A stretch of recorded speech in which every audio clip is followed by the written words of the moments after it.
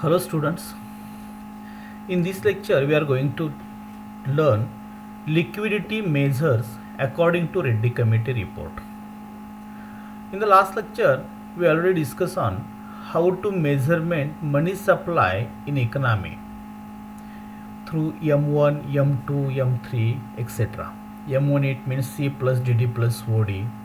अशा पद्धतीनं आपण पैसा कशा प्रकारे मेझरमेंट करतो, मोजमाप करतो हे आपण पाहिलं. म्हणजे पैशाच्या पुरवठ्याबद्दलच्या आपण काही घटक पाहिले. म्हणजे पैसा पुरवठाचा हा घटक आहे. म्हणजे पैसा पुरवठा कोणकोणत्या मार्गाने केला जातो हे आपण त्याच्यामध्ये पाहिलं. म्हणजे करन्सी आहे, डिमांड डिपॉझिट आहे, अदर डिपॉझिट आहे. हे म्हणजे काय आहे की एकूण पैसा आपला किती असतो हे आपल्याला कळतं आहे. पण हा असणारा प्रत्यक्ष पैसा आहे, म्हणजे ज्याला आपण डायरेक्ट मनी म्हणतो. पण काही इनडायरेक्ट सुद्धा मनी असतो, आणि तो indirect money it means the liquidity. ती तुमची तरलता असते. आणि म्हणून आपल्याला थोडीशी या लिक्विडिटीचा अगदी बारकाईनं अभ्यास करावा लागतो.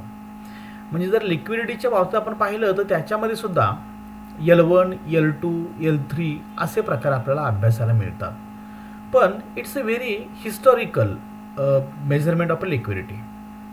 मग हे ऐतिहासिक एवढं आपण पाहण्यापेक्षा what is the recent trend of measurement for liquidity. मग ती रेड्डी कमिटीनं काही रिपोर्ट केले आहेत किंवा रेड्डी कमिटीनं त्याच्यावरती काही शिफारसी केलेल्या आहेत. मग रेड्डी कमिटीच्या शिफारशी आपण पाहतो. म्हणजेच काय मग ह्याच्यामध्ये की 1998चा जर आपण थोडासा अभ्यास केला तर त्याच्यानंतर ही बसलेली जी कमिटी आहे वाय रेड्डी, त्या वाय रेड्डी कमिटीनं हे लिक्विडिटी मेजरमेंट करण्याचे काही टूल्स दिलेले आहेत. लिक्विडिटीचे त्यापूर्वी आपल्याला काही प्रकारसुद्धा पाहावे लागतात. मग कॅश लिक्विडिटी आहे, मार्केटेबल लिक्विडिटी आहे, इक्विटेबल लिक्विडिटी आहे, हे सुद्धा आपण पाहतो. आणि जेव्हा हे प्रकार पाहिले तर या प्रकारांचं किंवा ह्या लिक्विडिटीचं रूपांतर आपल्याला पैशामध्ये करणं अपेक्षित आहे. आणि मग आपण कसं करतो, आणि मग ते करत असल्यामुळे आपण कोणकोणते रेशो लक्षात घेतो, ह्या रेशोवरती जास्त करून आपल्याला भर दिलेला आहे. ज्याला आपण दर म्हणतो किंवा प्रमाण म्हणतो, हे आपण ह्या लिक्विडिटीमध्ये मेजरमेंट करतो. मग सर्वप्रथम what is the definition of the liquidity. आपण लिक्विडिटी म्हणजे काय किंवा तरलता म्हणजे काय, कशाला म्हणतो आपण. तर साधी सिंपल लँग्वेज आहे. Liquidity means how quickly you can get your hands on your cash. म्हणजे तुम्ही तुमच्या हातामध्ये अगदी इमिजिएटली किंवा लवकरात लवकर कसे पैसे मिळवू शकता तरलतेमार्फत, त्याला आपण ती तरलता म्हणतो. म्हणजे in simply method liquidity is to get your money whenever you need to it.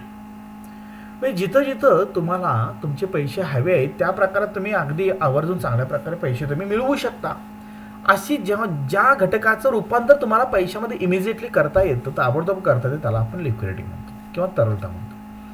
म्हणजेच काय तरलतेचा अर्थ आपल्याला दिसतो इथं. तरलता म्हणजे असा अर्थ की आपली जी रोकड आहे त्याचा आपण त्वरित पैसा मिळवू शकतो. म्हणजेच की जिथं आपल्याला आवश्यकता आहे त्या ठिकाणी आपण ताबडतोब पैसे मिळवणं, त्या तरलतेचं रूपांतर पैशामध्ये जिथं आपल्याला इमिजिएटली करता येतं त्याला आपण तरलता असं आपण म्हणतो. मग तुमचे इक्विट्स असतील, बॉन्ड्स असतील त्याच्यामध्ये, किंवा आणखी तुमचे रोखे असतील, हे जेवढे घटक आहेत ते काय असं तुमची तरलता असल्याचे आपल्याला दिसून येत आहे.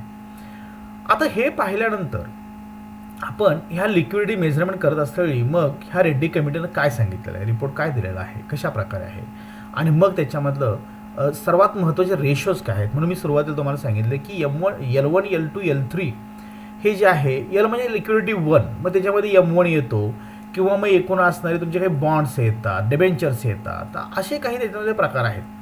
तर ते न पाहता की आपण रेशो कसे काढायचे, मेजरमेंट करायचं, हे थोडंसं आपण इथं पाहतो. ते आपल्याला इथं रेशो पाहिजे, ते आपण एक एक बघत जाऊ. The 3 most important ratio includes in the liquidity measures. मग 3 महत्त्वाचे असे काही रेशो आहेत, दर आहेत, की ज्याच्या मार्फत आपण ही तरलता मोजतो. एक म्हणजे त्याला आपण करंट रेशो असं म्हणतो. Current ratio it means this amount to a company's current asset divide by its current liabilities.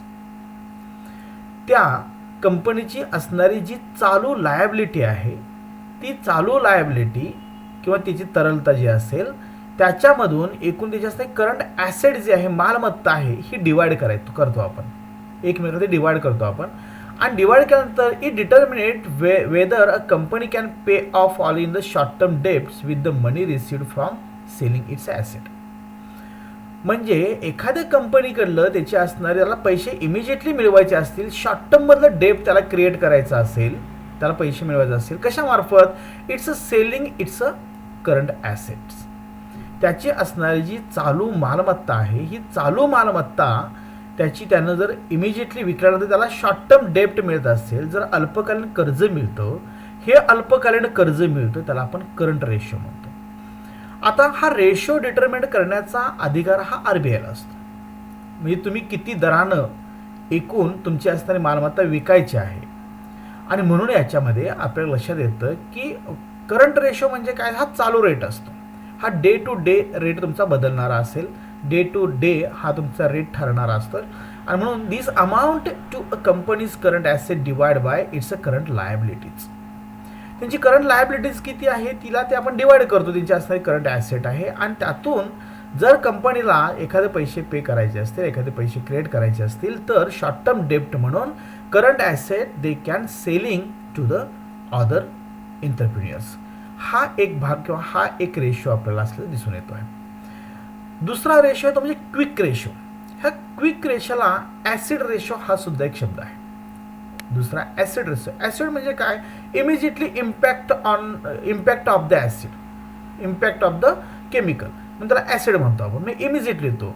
This is similar to the current ratio. म्हणजे हा चालू दरासारखाच अगदी दिसतो आपल्याला, but it only issues cash account receivable. म्हणजे करंट रेशो हा कशा संबंधित आहे, तर करंट रेशो हा करंट ॲसेट आणि करंट लायबिलिटीज आहे. Is like the same the quick ratio और द ॲसिड रेशो सुद्धा सेम आहे. And this is similar to the current ratio it means, but it is only use cash account receivable and stocks, bonds and assets. म्हणजे की तुम्हाला तुमचे stocks असतील, तुमचे bonds असतील, तुमची मालमत्ता असेल, ह्याचा आपण पैशामध्ये किती आपण इमिजिएटली रिसिवेबल करतो किंवा घेतो आपण त्याच्यामध्ये. दुसरा एक भाग त्याच्यामध्ये दिसून येतो आपल्याला, the company can't include any inventory or prepaid expense that can't be quickly sold. म्हणजे एखादी हस्तक्षेपधारित असणारी जर एखादी प्रिपेड केलेला जर खर्च त्याच्यामधला असेल, तर कंपनी कांट त्याच्यामध्ये ती इन्क्लूड करू शकत नाही आणि क्विकली ती सॉल्व करू शकत नाही किंवा विकू शकत नाही. मग काय करू शकते, म्हणजे त्याच्या इन्व्हेंटरीमध्ये मध्यस्थी करून त्याच्यामध्ये कोणीतरी बाबा त्याच्यातला व्यवहार करत आहे असं असेल तर नाही. म्हणजेच काय, मग करंट लायबिलिटी म्हणजे जी आपल्याला इमिजिएटली विकता येईल, ज्याच्यामध्ये मध्यस्थी नाही, ज्याच्यामध्ये इन्व्हेंटरी नाही कुठलीही, हे जेव्हा हा भाग दिसतो आपल्याला, तेव्हा this is similar to the current ratio but it only use cash account receivable. म्हणजे तुम्हाला पैसे किती इमिजिएटली मिळत आहेत याच्यावरनं सुद्धा आपल्याला काय होतं की दिसून येतो आहे की हा यामार्फत आपण लिक्विडिटी मेजरमेंट करतो. नंबर तिसरा आहे cash ratio. As the same implies this ratio amount to cash divide by current liabilities. म्हणजे त्या कंपनीकडं किंवा त्या असणाऱ्या एखाद्या एंटरप्रिन्युअर्सकडं एकूण असणाऱ्याचा अमाऊंट कॅश किती आहे divide by the current liabilities. त्याची असणाऱ्या लायबिलिटीज काय आहे ती तिथे डिवाइड करतो. Its helps when a company can only use its a cash to pay off its debts.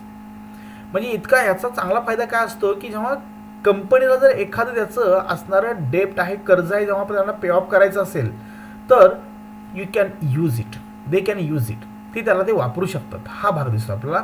आणि if the cash ratio is 1 or greater, the cash ratio is 1 or greater, the business has plenty of liquidity and likely will have no problem paying its debts.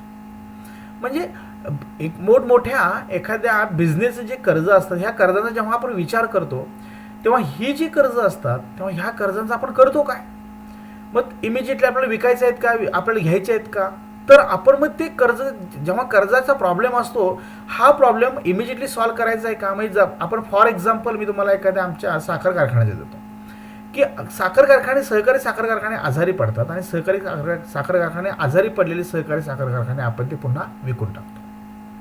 पण जर त्यांचा cash ratio ज्याला आपण म्हणतो, if the cash ratio is 1 or greater, त्यांचा जर असणारा cash ratio हा एक किंवा त्याच्यापेक्षा जर जास्त असेल तर त्या असणाऱ्या कारखान्याला किंवा बिझनेसला has penalty of liquidity and likely will have no problem paying its डेब्ट. म्हणजे त्यांना कर्ज पेइंग करण्याचा कुठल्याही प्रकारचा प्रॉब्लेम येत नाही. तर अशा प्रकारे आपण हे कशासाठी मेजरमेंट करतो, तर it's a situation of a company, situation of a business, त्या व्यापाराची असणारी परिस्थिती काय आहे. It's depends upon the liquidity. This 3 ratio, ह्या रेशोवरती डिपेंड्स आहे. हा current ratio, quick ratio, cash ratio, हे तिन्ही रेशो जर अगदी बऱ्या प्रमाणात दिलेल्या कॉन्सेप्टनुसार चालत असतील तर business will be getting or the business will be going a very well condition.